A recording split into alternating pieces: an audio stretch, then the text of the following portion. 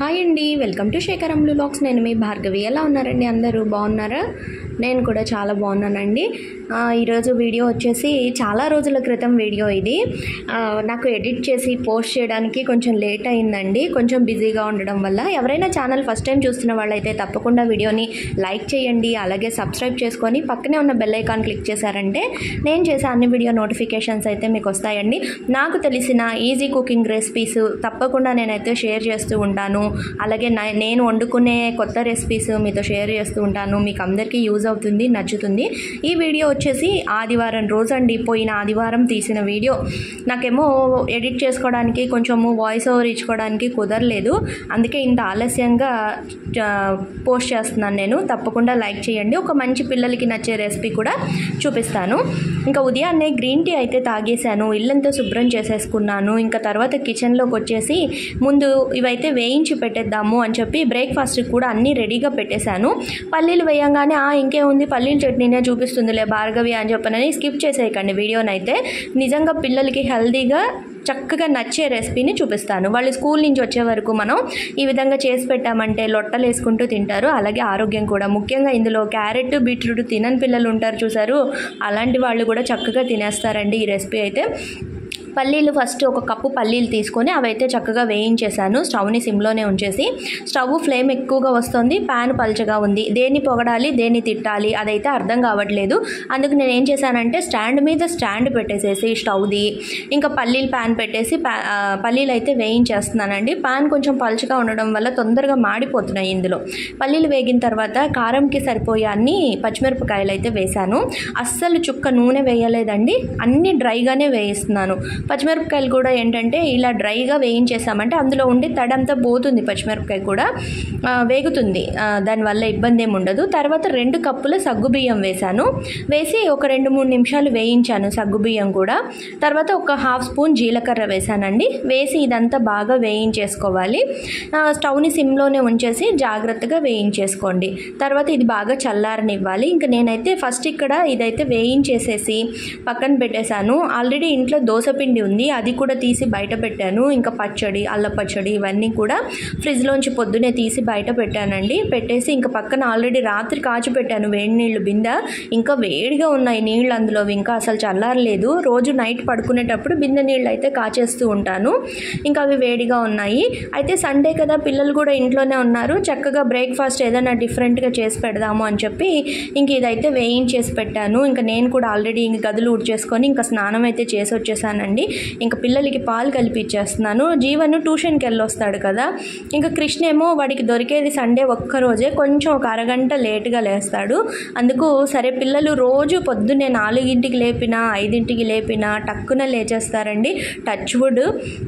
పిల్లల్ని మాత్రం నేను పొగడకూడదు, కానీ చక్కగా పని ఉంది అన్నా లేచేస్తారు. నాన్న ఈరోజు పలానా విశేషమైన రోజు, గుడికి వెళ్ళాలి, పూజ చేసుకురావాలి అన్నా కూడా లేచేస్తారు. అందుకు సెలవు రోజుల్లో ఏంటంటే కొంచెం వాళ్ళకి నచ్చినట్టుగా వదిలేస్తాను. అలానే పూర్తిగా వదిలేము, ఒక ½ అన్ అవరే పడుకోండి అని చెప్పనని ఎక్స్ట్రాగా పడుకుంటారనమాట. ఇంకా వాళ్ళైతే లేచారు, వాళ్ళు ఫ్రెష్ అయిపోయారు. ఇక ట్యూషన్లకి అది వెళ్ళొచ్చాడండి వాడు, జీవన్ కూడా. నాకైతే అస్సలు ఏమిటో చాలా అనీజీగా ఉంది సండే రోజు. ఈ వీడియో ఇప్పుడు చూస్తున్నారంటే నీకు అర్థమైపోయి ఉంటుంది నా అనీజీనెస్కి కారణం ఏంటి అనేది. పోయిన సండే అన్నమాట నాకు నిజంగా ఎంత చికాగ్గా ఉన్నిందంటే, పోయిన వారం అంతా అసలు ఆల్రెడీ నేను మీతో షేర్ చేసుకున్నాను. ఎవరైనా కనిపిస్తే లాగిపెట్టి కొట్టేయాలన్నంత ఫీలింగ్గా ఉంది అని చెప్పాను. ఇప్పుడు చూసారా నా టోన్లోనే మీకు యాక్టివ్నెస్ తెలిసిపోతూ ఉంటుంది. కాస్త చికాక్ అంతా పోతుందండి. ఈ పీసీఓడి ప్రాబ్లమ్ని భరించడం చాలా కష్టం అండి బాబు. అసలు నిజంగా నేను డాక్టర్ దగ్గరికి వెళ్ళి చూపించుకున్నప్పుడు డాక్టర్ అన్నారు, మీకు ఎందుకండి అంత టెన్షన్ ఎందుకు తీసుకుంటారు, మీరు చక్కగా హ్యాపీగా ఉండొచ్చు కదా. ఇప్పుడు ప్రజెంట్ సిచ్యువేషన్లో చాలామంది పిల్లలు ఈ పీసీఓడి ప్రాబ్లం వల్ల పిల్లలు అవ్వని వాళ్ళు కూడా చాలామంది ఉన్నారు. మీకు ఇంకా లక్, 2 పిల్లలు అయిన తర్వాత మీకు ఈ ప్రాబ్లం వచ్చింది అని చెప్పారు.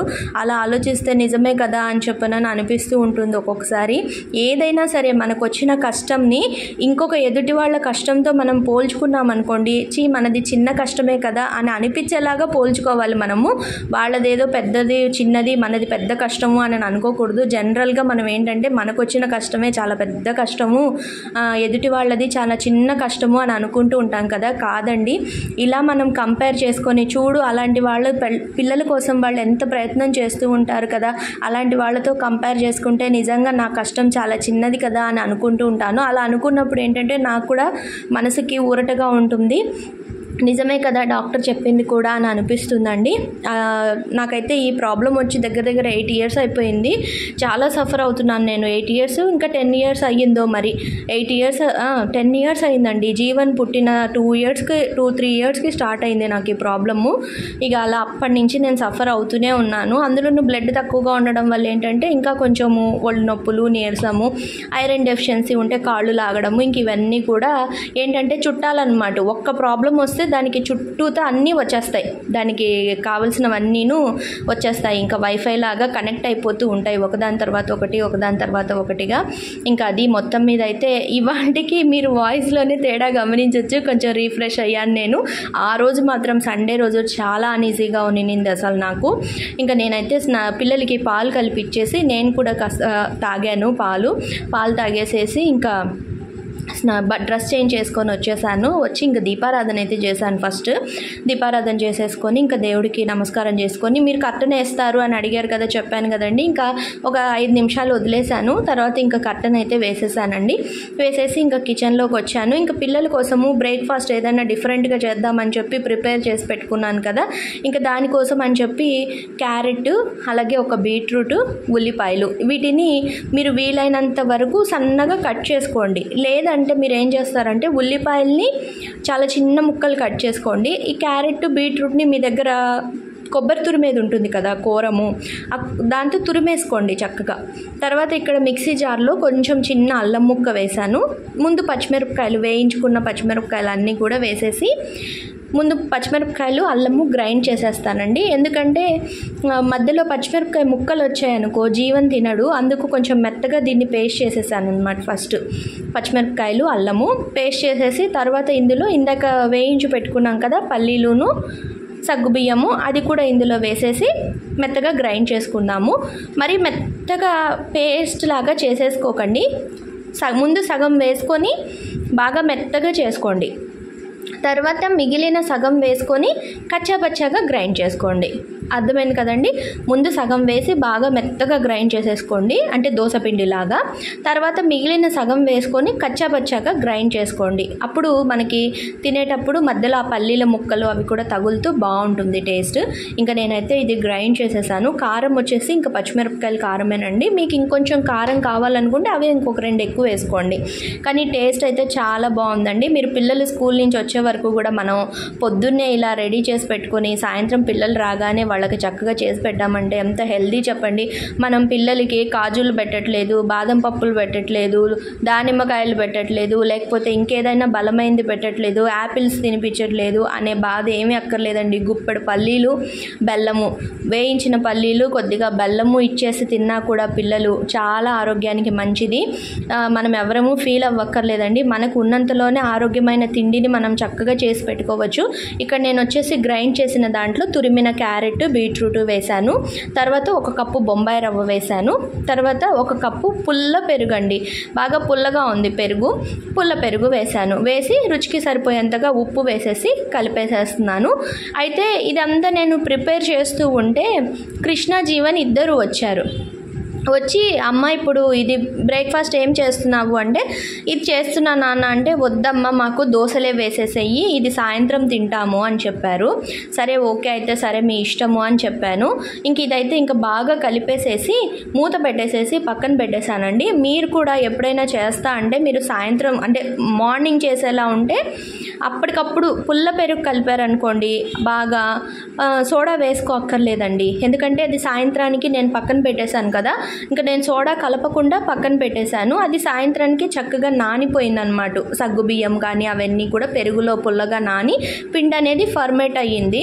ఇది మీరు అప్పటికప్పుడే వేసి పెట్టేలా ఉంటే మాత్రం కొంచెం ఈనో కానీ లేదా సోడా కానీ మిక్స్ చేసుకోండి.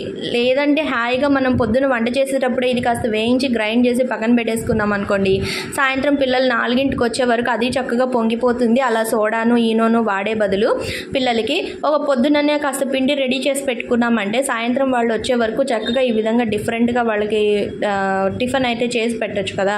మంచి కలర్ఫుల్గా కూడా ఉంటుంది కదా.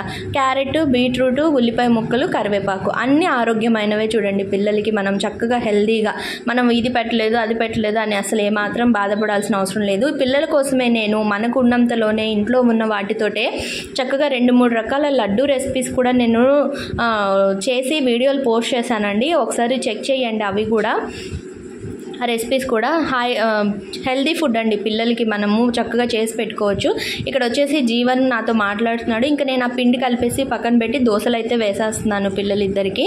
అయితే స్కిన్ ఇలాగా మీరు ఇందాక చూసారు కదా, నేను అరచేయి ఇలా పెట్టి స్కిన్ ఇలా పైకంటే ఇదిగోండి ఇలా పైకంటేట స్కిన్ అనేది వెంటనే మనకి కిందకి దిగిపోవాలి. మనం ఇలా పట్టుకొని ఇలా పైకి లాగి వదిలేస్తే వెంటనే కిందకి వెళ్ళిపోతే అప్పుడు మన బాడీలో డీహైడ్రేషన్ అనేది లేకుండా మన బాడీ అంటే మన స్కిన్నే కానీ మన బాడీనే కానీ హెల్తీగా ఉంది అని అర్థమట.